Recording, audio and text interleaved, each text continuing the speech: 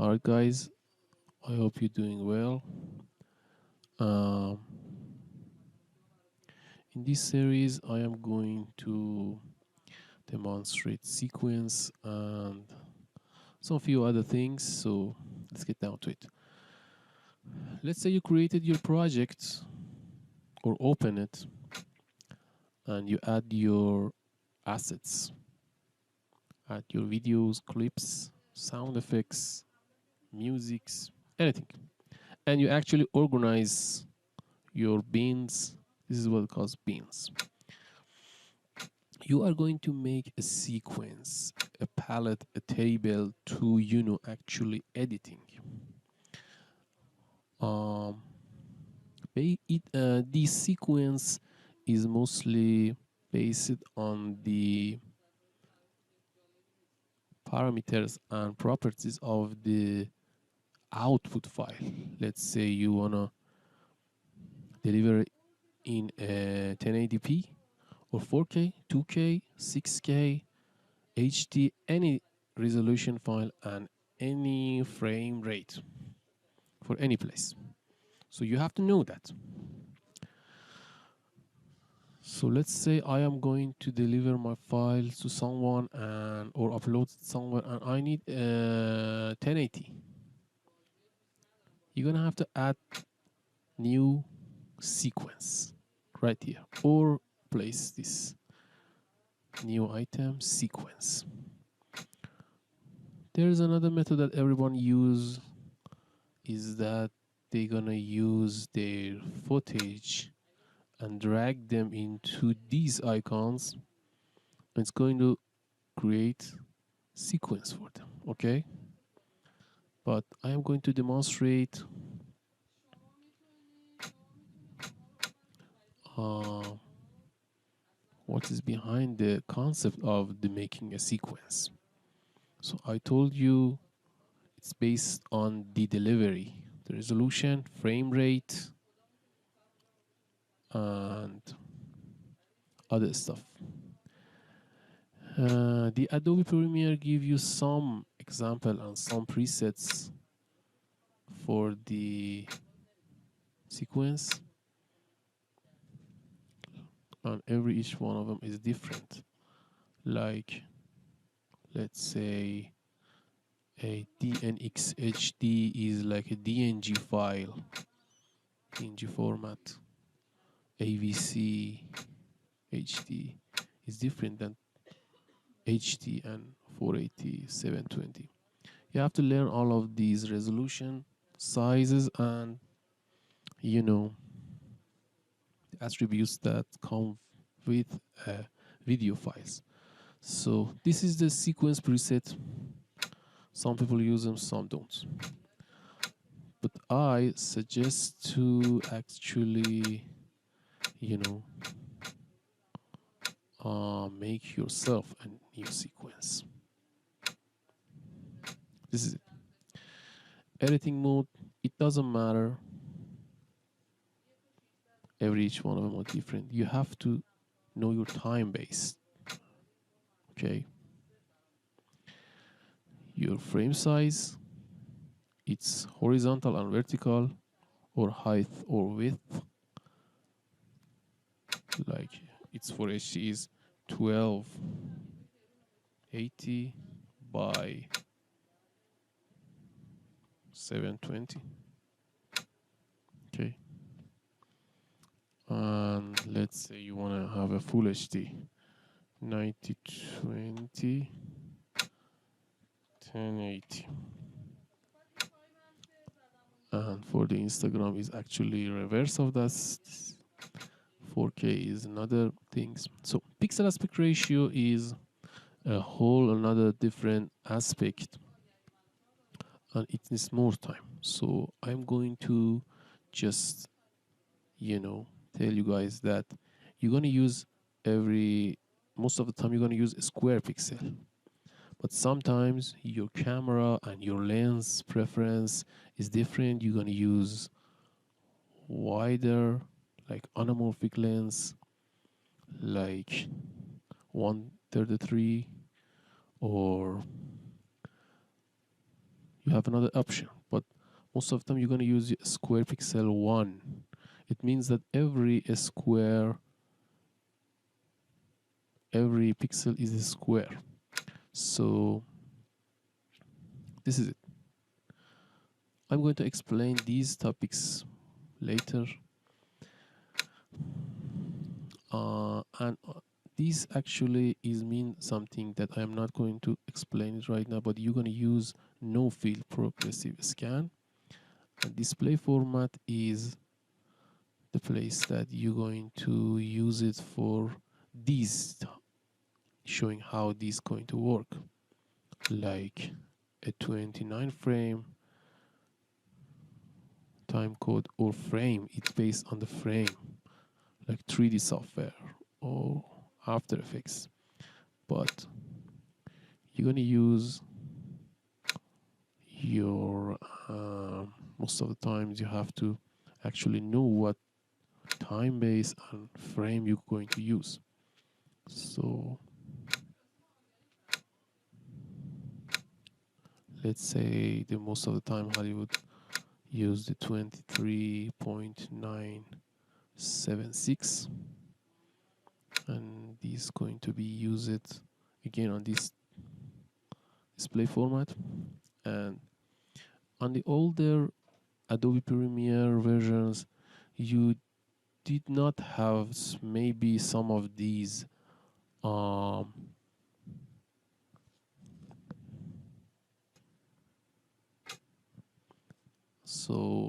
maybe in the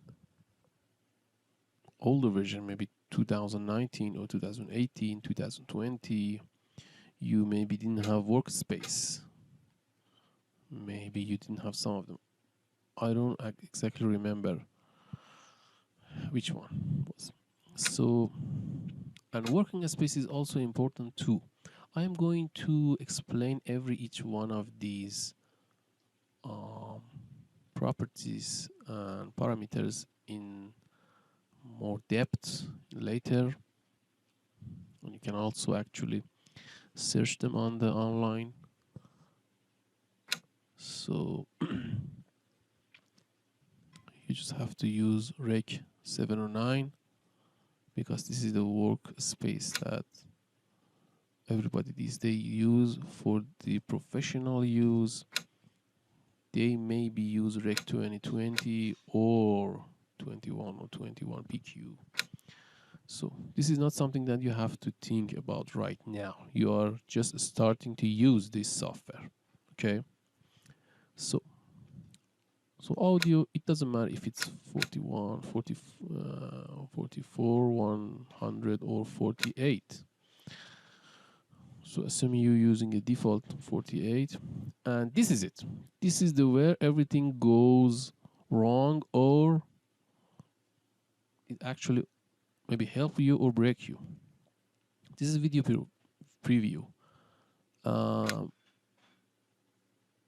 Listen to me about this video preview. You have to actually understand the concept about the video previews. Maybe it's not a big deal, but it's going to impact your hardware, your computer, whether it's a Mac or PC, and it's actually going to make lots of impact on your system. You know, when you're using the software, it's by default it's iframe only MPEG, and it's maybe far less than this resolution. Okay, maybe even lesser than this. But let's say this is the HD. This is the HD resolution. So video previews is what resolution size that is going to show your video on this screen, program monitor. We have another concept, I call it the proxy video, and using the proxy. Back in old days,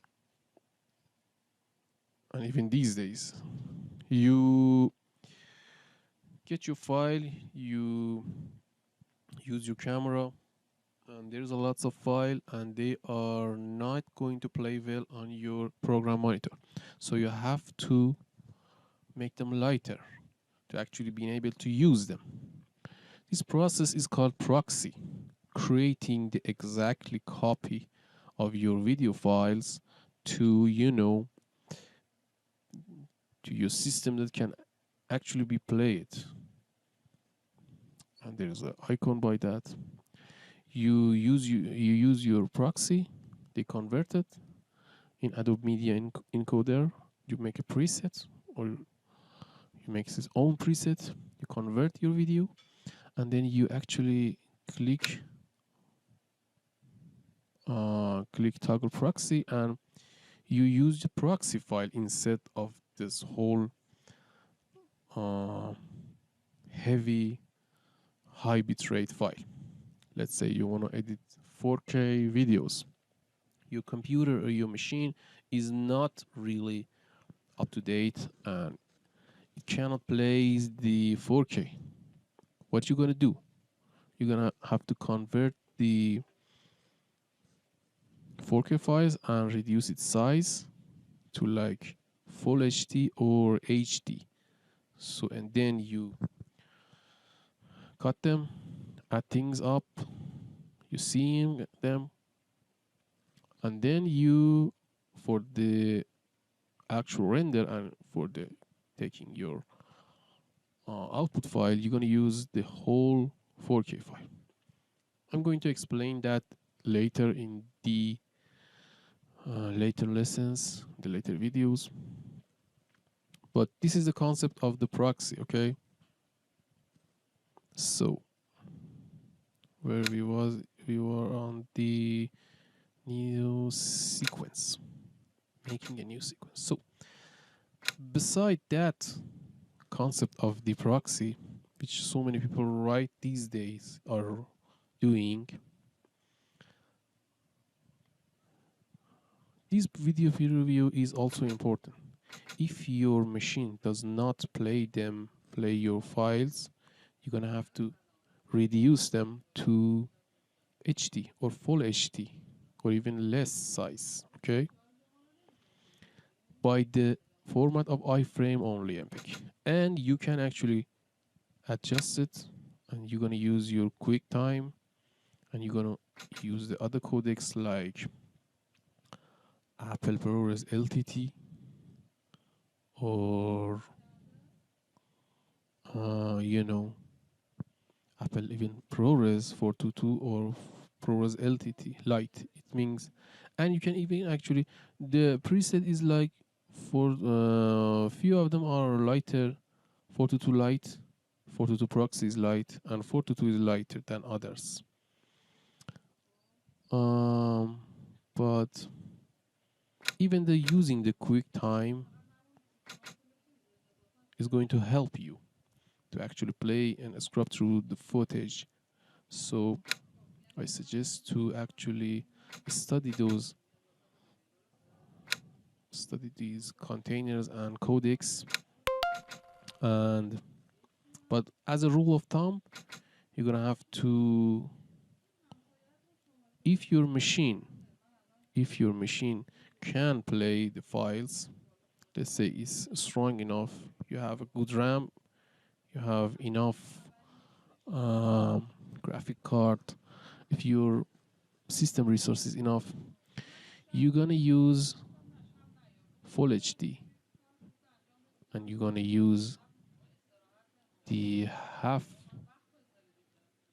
or you're gonna use the half source, half of the resolution to play the file. You can actually reduce it and put the HD uh, on these place with your previews, and you can actually 1/4 or quarter that resolution on the program monitor. We're gonna get to that later. So let's say I'm trying to 1/1280, and you will not use these maximum bit depths and maximum render quality right here, okay? you're going to check them if you need at the export. Okay, this is for editing. So, and even actually you can save your presets to use it later. And sequence name, anything you want. This one. Okay. Other tabs is how many video tracks you're gonna use on the timeline. You can add it also later. And how many audio tracks and by what kind of type, 5.1, mono, stereo, and we're gonna get to that later. And for the VR video, there are some attributes right here. You are not going to use them right now. We will explain it later. So let's say we are going to use 24 frame per second, square pixel, progressive scan, no fill, and rec 709, iframe only. We're good to go. Test. This is it. So this is the place that I was talking to you. You know, you see that? Double clicking on them, double click on them, double click on them. You have the three tracks. This is your slider. You can make them big, zooming in or zooming out, but you're gonna have to listen to you're gonna have to take care of what you're doing, because they may get out of control easily, you know.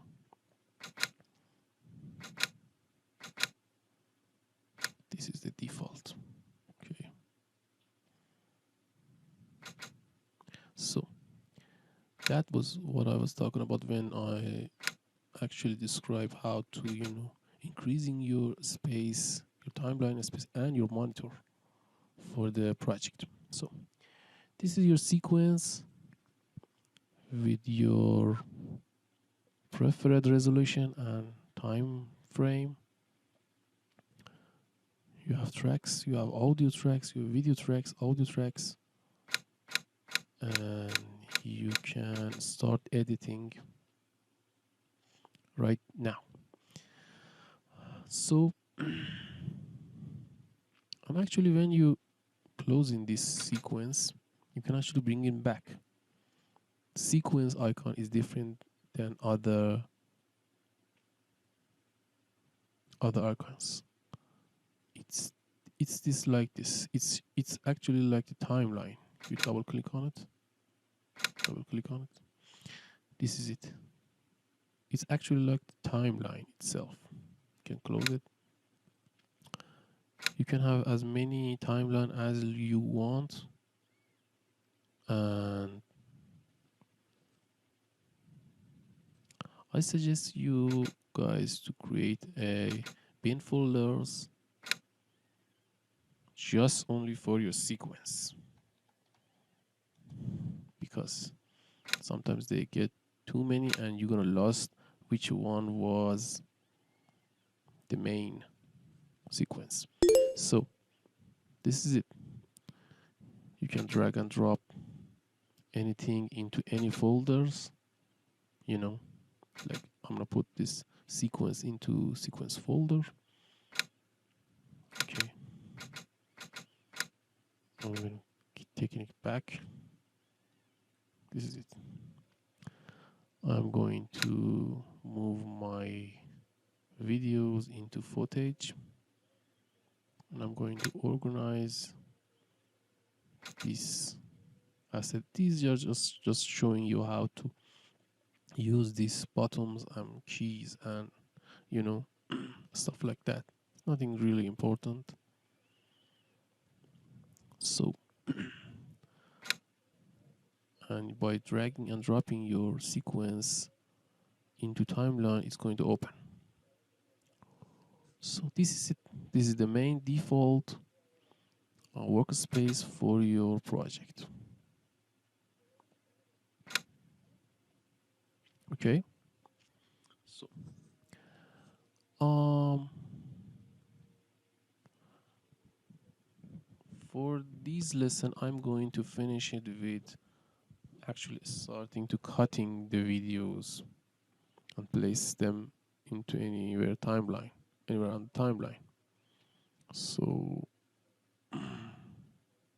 let's say my footage is this. I'm putting to source monitor. The concept of source monitor is like you actually reviewing your footage, and you know you seeing them, you playing them and scrub through them. This is the way I was actually describing the full resolution for playing 1/8, 1/4 of the main resolution.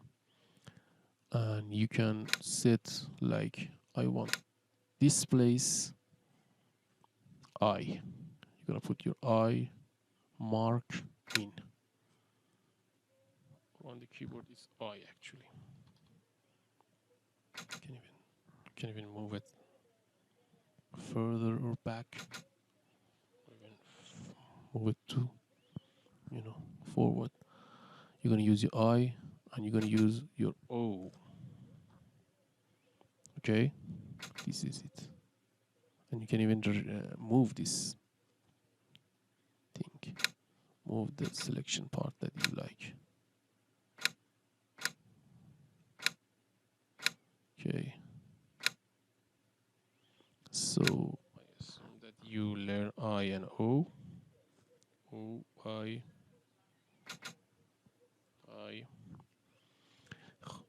and you are going to actually put them into timeline.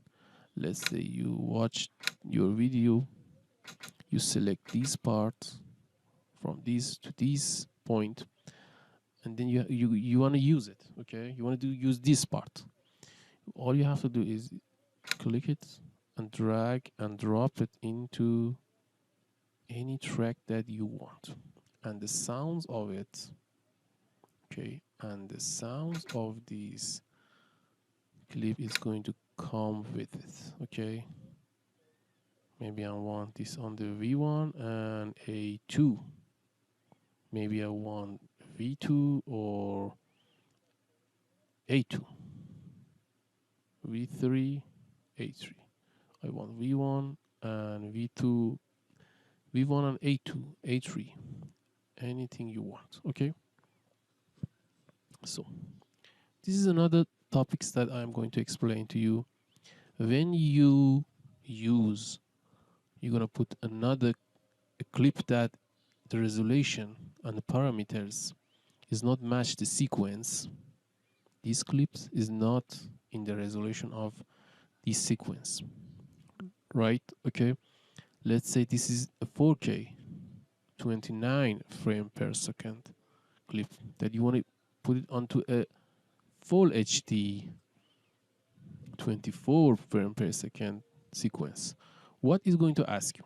It's going to ask you this clip does not match the sequence setting. Change the sequence to match the clip settings. Do you want to change the actually properties and resolution and frame per second of the sequence, your test sequence? To match this, you can say yes or you can say no. Let's say you're gonna keep changing settings.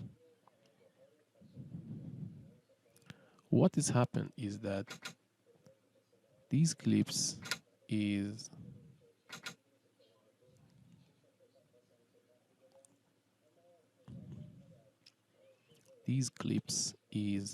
let me zoom it in. I'm going to introduce some of the shortkeys later. Let's say these are a 4K, 4 times of the HD resolution on the 24 timeline. This is it. This is full HD and this is a 4K. Now what? You lost, and it's cut it, it's smaller than what it seems to be. So what are you gonna have to do? This is the place that you are going to actually reduce the size.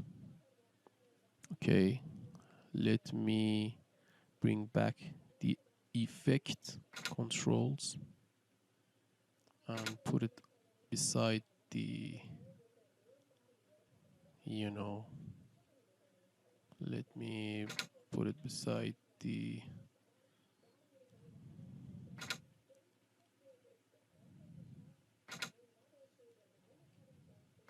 this is the source, this is the effect control. Okay,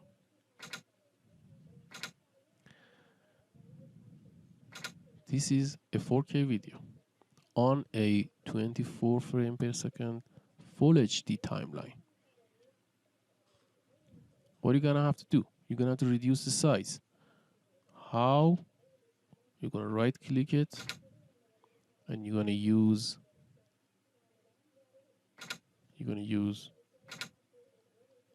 what it's called scale to frame size or set to frame size.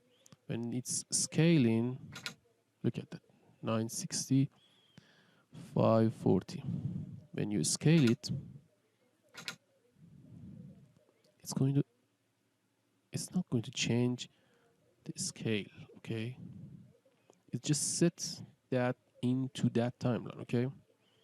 Let's say I'm going to use Control Z, undo button, and I'm going to use set to frame size. This way it's going to reduce the scale, actual scale of these clips. There's a difference between these acts. So one of them is going to reduce the scale, one of them is not going to reduce the scale. Okay, let me reset this and you can see it. Okay, so this is it. You add your clips and you want to add another part of the clips. How to delete these selected parts. You are going to clear in and out. You're gonna have to use the last part. I until this part. And I'm going to insert it into the timeline by another method, not just clicking, drag and dropping. I am going to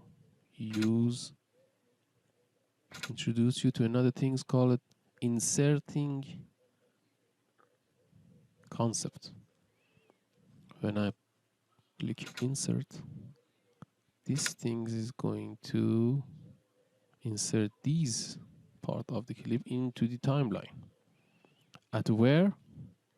At a place that this track is highlighted, V1A1. So it's going to put it on the V1A1. Okay, let's say I want it on the second track of the timeline. Delete it. I'm going to on the V1A1. So this is it. It's put on the V1 source patching for inserts and overrides. So as it says put the something that you selected by the insert and from the source monitor to the timeline. I'm going to delete it. So this is it for these parts. I hope you enjoy it. I am going to demonstrate more of these kind of tips and tricks. Share, subscribe, and let me by doing likes and putting the thumbs up, you will going to help me actually monetize my channel and helping my channel to grow. Thank you. I'll see you on the next episode.